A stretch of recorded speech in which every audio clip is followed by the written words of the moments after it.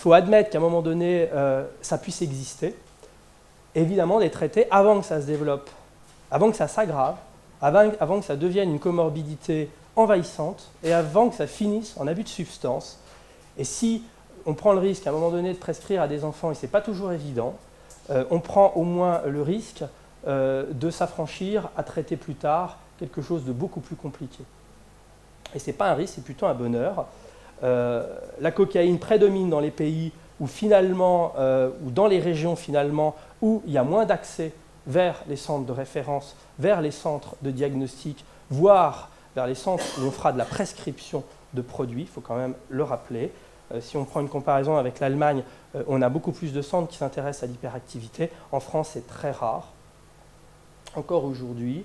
Et que quand on regarde par rapport au chiffre de prescription de médicaments, le chiffre de prescription d'abus de substances, voire de drogue, on est très très en dessous finalement des prescriptions qui devraient être celles pour essayer d'enrayer effectivement l'abus, et notamment l'abus de cannabis, que l'on peut comprendre chez des patients qui à un moment donné, parce qu'ils souffrent et parce qu'on ne les écoute pas, et puis parce qu'on n'a pas individualisé leurs problèmes, et parce qu'ils auraient aussi voulu réussir en classe, travailler plus pour gagner plus et se retrouver peut-être un jour à la direction d'un organisme important, quand bien même ils n'auraient pas validé tout ce qu'ils auraient dû valider, et ils auraient bien souhaité aussi jamais prendre des produits dangereux, mais ils n'ont pas eu de chance, et il y en a plein malheureusement qui n'en ont pas, et on voit bien que finalement qu'ils vont se tourner vers ce qui correspond à la sagesse, vers ce qui correspond à un moment donné au bien-être, à savoir aux produits qui calment et qui font du bien, et on retrouvera les opioïdes, évidemment, les painkillers, qui sont les opioïdes, les opiacés, les tranquillisants et effectivement les dérivés du THC.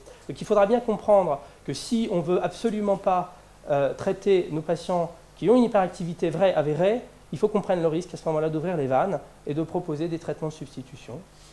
Voilà, donc la priorité, c'est quand même de se focaliser sur les petits, les jeunes, puisque ce sont eux qui, demain, deviendront des adolescents, peut-être des consommateurs et des adultes qui pourront poser problème. Et que si on veut effectivement, à un moment donné, mieux former, mieux investiguer, et pourquoi pas aussi faire de la prévention du risque tabagique, en tous les cas, on ne peut pas à tous les niveaux sanctionner. La prise en charge commence à la maison, elle se poursuit à l'école, les médecins scolaires devraient être formés, il devrait y avoir effectivement, et nous on le revendique depuis des années, des centres de référence, des centres où les enfants pourraient venir, comme la Maison de Solène à Paris, mais la Maison de Solène de l'enfant hyperactif, je pense que ce ne serait pas un luxe pour proposer à ces enfants finalement au moins d'avoir des réponses à des questions.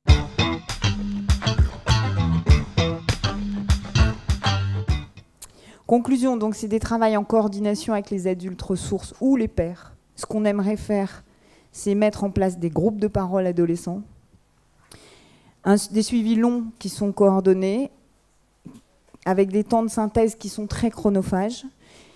C'est la prévention des complications sociales à l'âge adulte, c'est l'insertion sociale. Il faut mettre le paquet sur la perte de chance scolaire. Ces gamins peuvent récupérer. On doit leur tracer tous ensemble. Il ne s'agit pas de s'appuyer que sur nous. Le rectorat et des choses comme les lycées autogérés, etc., offrent des possibilités de scolarisation différentes. Et il faut renforcer ces systèmes existants.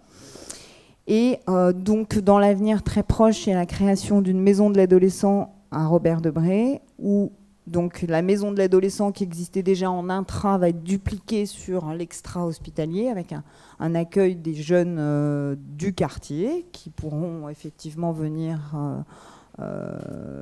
chercher des conseils, des soins, être orientés. Et le repérage précoce et la prise en charge des conduites à risque qui sont un peu, ce que je dirais, de plus efficace en prévention.